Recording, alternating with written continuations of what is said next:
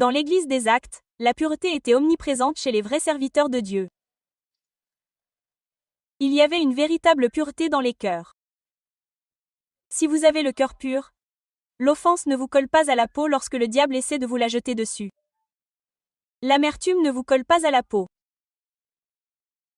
Lorsque vous avez le cœur pur, lorsque vous êtes pur, vous êtes vraiment mort à vous-même. Et lorsque vous mourrez vraiment à vous-même, vous n'avez plus d'ego. Vous n'avez plus d'orgueil. Et Dieu vous fera traverser persécution après persécution, où les gens traînent votre nom dans la boue à tel point qu'il ne reste plus une once d'orgueil en vous. Mais c'est parce que tu as dit, d'accord, Seigneur, ils peuvent traîner mon nom dans la boue et je continuerai à te servir. Je continuerai à t'obéir. Je garderai toujours ma bouche silencieuse et mon cœur pur. Et je ne parlerai pas contre eux, mais j'endurerai cette persécution pour toi. Lorsque tu continues à faire cela, Dieu enlève toute once d'orgueil en toi, car tu n'es plus, tu ne vis plus, mais c'est Christ qui vit en toi.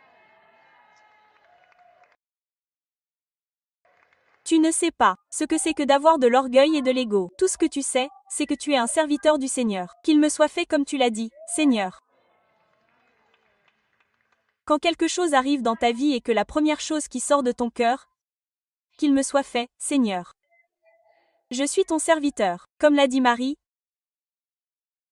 C'est ce qui arrive si tu meurs vraiment à toi-même et que tu endures cette persécution. La persécution est belle parce que c'est là qu'il enlève tout l'orgueil. Les gens te critiquent. Les gens disent les pires choses à ton sujet. Tant de gens pensent mal de toi parce que de ce que les gens ont dit à votre sujet, de ce dont ils vous accusent faussement. Mais tu gardes tes yeux fixés sur Jésus. Tu gardes tes yeux fixés sur Jésus. Tu gardes tes yeux fixés sur Jésus et tu continues d'avancer en faisant ce que Dieu t'a appelé à faire.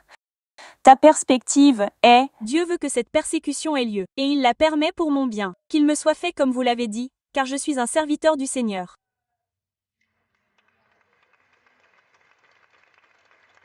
Je suis ému. J'ai été ému en lisant ce passage des Écritures, parce que cette pureté chez Ananias est rare. Combien de dirigeants dans le corps du Christ feraient ce qu'Ananias a fait?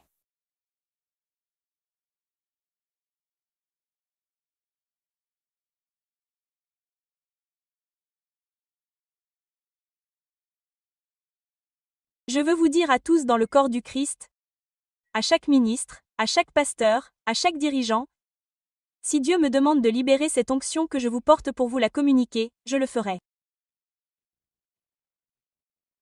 Je le ferai avec joie. Même vous qui avez traîné mon nom dans la boue et porté de fausses accusations à mon sujet, fait de mauvaises choses. Si Dieu me demandait de faire ce qu'il a demandé à Ananas de faire pour Saul qui est devenu Paul et que Dieu a un plan pour que vous deveniez comme Paul, je le ferai. Je vais vous libérer cette onction. Je veux voir d'autres ministères. Je veux voir d'autres églises avoir un réveil. Je ne veux pas que ce soit juste ici.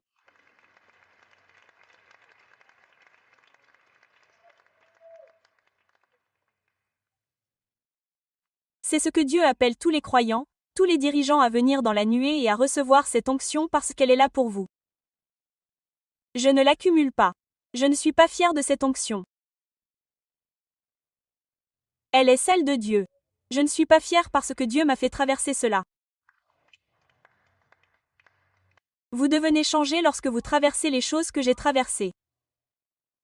Vous êtes transformé pour ne plus être vous-même, mais simplement vivre pour Christ. Et donc quand Dieu dit de faire quelque chose, d'accord, pas d'hésitation, pas de lutte.